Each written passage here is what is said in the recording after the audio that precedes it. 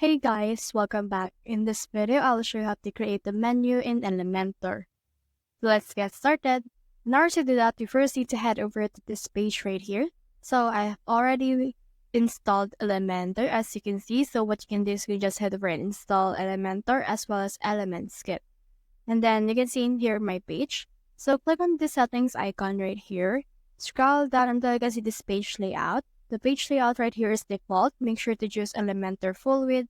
Click on update right here in order to update the view of your actual page layout. While it's loading, let's head over right here to our templates. And now we have in here Elements Kit.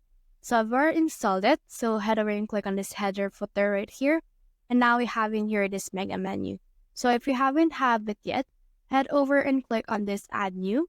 And then let's just put in here a titles. For example, for this case, let's call it menu. And then you can make this available for entire site, singular, and also add everything right here. Activate it as well and click on the save changes. Once you have done that, it will save the changes right here for this particular template settings that you have, and we have now this. So to begin this one, click on this edit option right here in order to edit it. So here it is right here.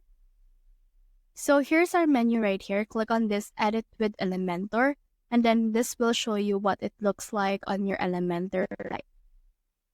Now, as you can see, this is what it looks like. Click on this right here in order to add Elements Kit template. And now, once we have done this, head over to the sections page until you can see the options right here for menu. So you have in here some options for header, footer, and you can also have in here the option for mega menu as well. So just head over and then just choose the menu that you want to use for this. For example, for me, I'll just choose this mega menu men's fashion. Click on this insert right here.